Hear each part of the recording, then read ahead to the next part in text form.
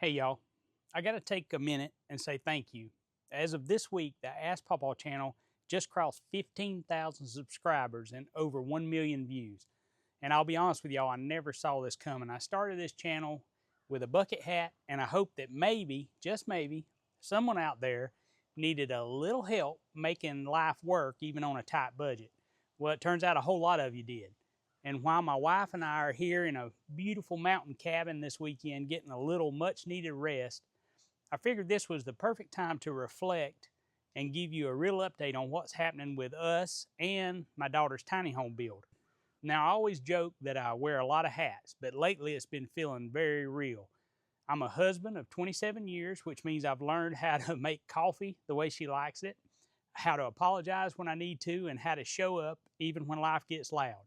I'm a dad to 3 amazing daughters. They're strong, smart, funny, beautiful women who still call when something breaks or just when they need to hear that everything's going to be all right. I'm a proud pawpaw to 7 grandbabies, which means I've got Play-Doh under my fingernails sometimes, I got baby wipes in my truck, and I got a heart that's constantly about to burst. I'm a YouTuber, a writer, a builder, part-time tech wrangler. I mean, y'all wouldn't believe the technology things I've had to learn to be able to film and post these videos. And occasionally I'm still the guy who unclogs the kitchen sink and mows the yard. But before I do any of that, I put on scrubs and I drive an hour each way to work as a full-time surgical assistant. Every weekday I'm up before the sun in the OR helping people, and then I come home, I swap out my surgical mask for my bucket hat, and I jump into filming or editing. All of that while trying to build a tiny home for my daughter and grandson and show y'all the process.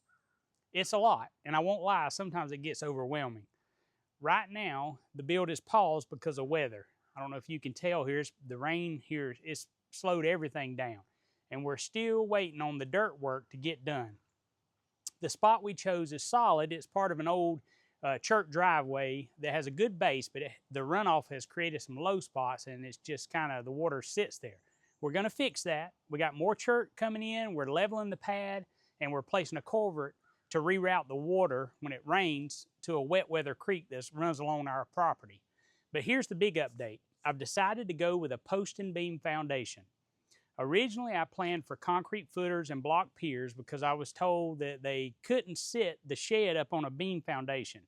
But after talking to the shed mover, who's a very smart man, by the way, he said he'd be willing to help me place the shed on top of a beam setup, and that changed everything. So the plan is to get my posts in place in the ground, get them all leveled and ready to accept the beams across them, and then the shed movers will back up to the first set of posts.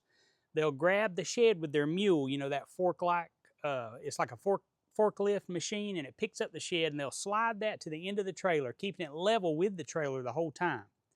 Meanwhile, as they pass each post, we'll slide the beams underneath and put them in place. That way we slowly work our way to the end of the foundation, and then when the final beam is in place, they can set that end of the shed down, and voila. So picture this, the trailer's backed up, the shed's lifted just slightly by the mule, and I'm down there with a level in one hand and a beam in the other, sliding it into place like a giant wooden puzzle. I've got friends and family helping, and it's not fancy, but it's real. That's how a home gets built, not with a flash, but with teamwork and just enough planning to keep it all standing upright. That gives us more crawl space, a better tie-down options, and less long-term settling like our house did. A little conversation with the shed mover made a huge difference, and it changed all of our plans for the better. I won't have to worry about leveling block piers or them settling later on like our shed did, because the posts will be level before the shed gets to even sit on top of them. Also, the whole building will be tied to the ground like a proper house would be, because I plan to run connecting straps from the shed to the actual wooden beams, and I think that this is a win-win situation. Of course, all of this is held up by the current weather, but even in the slow moments, even in the delays, I keep going. Because I read your comments, I see folks saying things like, this gave me hope, or finally someone who gets it, no, not fluff, but the real deal. And that's why I keep going, because you've invited me onto your screen and into your lives, and even into your plans for your own tiny homes, your budgets, your futures. You've shared all that with me, and I don't take that lightly. So listen, if I ever fall a little behind on posting or replying to every comment, please know it's not because I don't care, it's because I do care. And I'm doing my best to show up with real, honest content and real answers that'll actually help you. There are nights where I sit down at the computer and I just stare at the screen, not because I don't care, but because I care so much, I want to get it just right for you.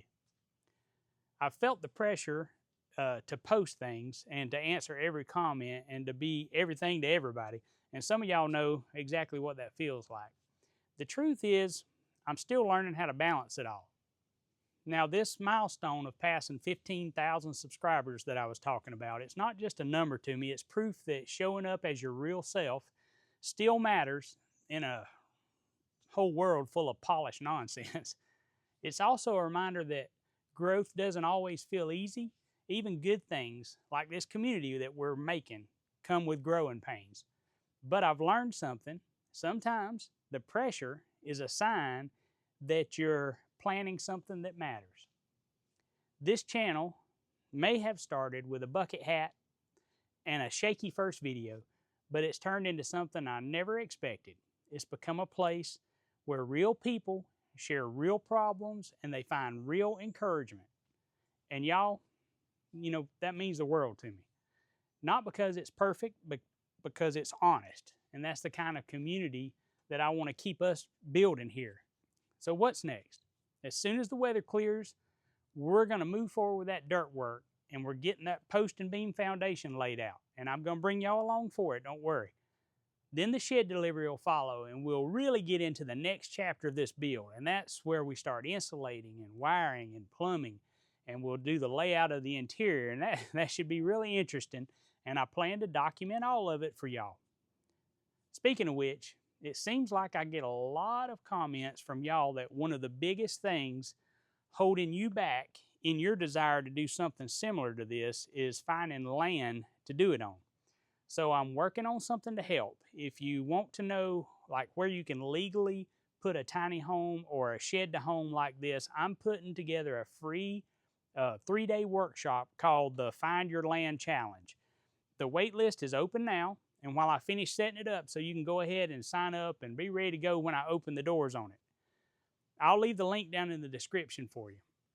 Well, this weekend away has been a gift because sometimes you need to hit pause, breathe real deep, and reset. And I want to encourage you, it's okay to rest. Rest is part of the work. So here's to the next chapter, to more shed conversions, to more down-to-earth wisdom, and to helping everyday folks find freedom, whether it's financial, spiritual, or just finally getting out of rent. So listen, thank y'all for being part of this. And from my temporary porch here in the mountains to yours, I'm just getting started. We're building more than a house here. We're building a way forward. I'll see y'all next time.